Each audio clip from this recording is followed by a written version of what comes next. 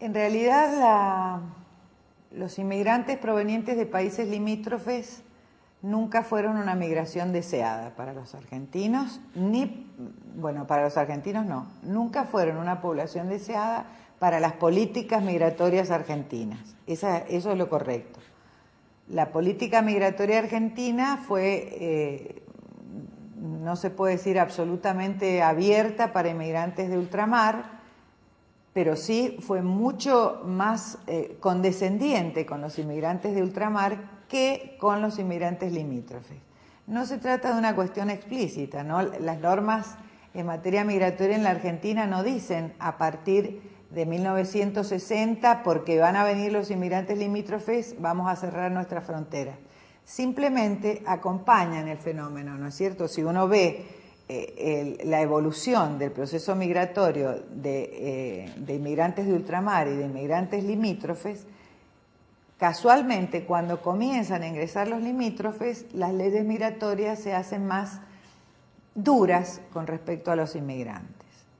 Y esa es la realidad. Nuestra política migratoria nunca contempló el ingreso de inmigrantes provenientes de países limítrofes.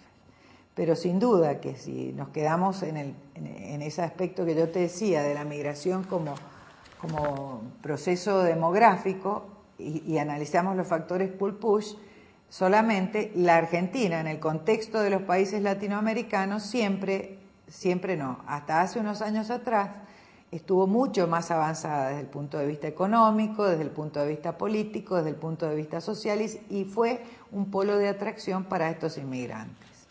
Su inserción dentro de nuestra sociedad varía de acuerdo a los grupos étnicos a los que pertenecen. La inserción y a los lugares donde se insertan. Hay una diferencia muy grande entre inserción de población limítrofe en las ciudades y en el campo.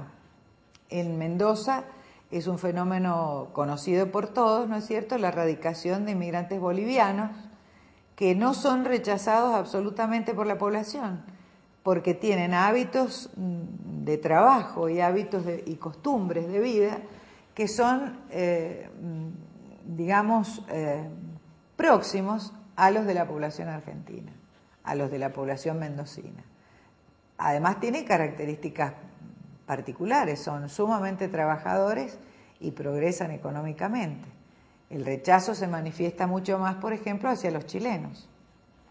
Ahora, en un estudio muy interesante dentro de este programa que hicimos unos años atrás, le hacíamos una encuesta fundamentalmente fueron mujeres que habían terminado el secundario y muchas la universidad. El cuestionario se hizo entre mujeres de ese nivel cultural. Y se les preguntaba qué opina de los italianos. Y las opiniones eran absolutamente favorables. ¿Qué opina de los bolivianos?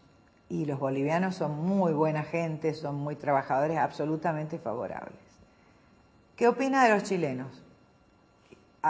Opiniones absolutamente desfavorables. Entonces, rescatábamos de allí a los mejores para ellos, los italianos italianos y españoles, nos referíamos al gran periodo inmigratorio.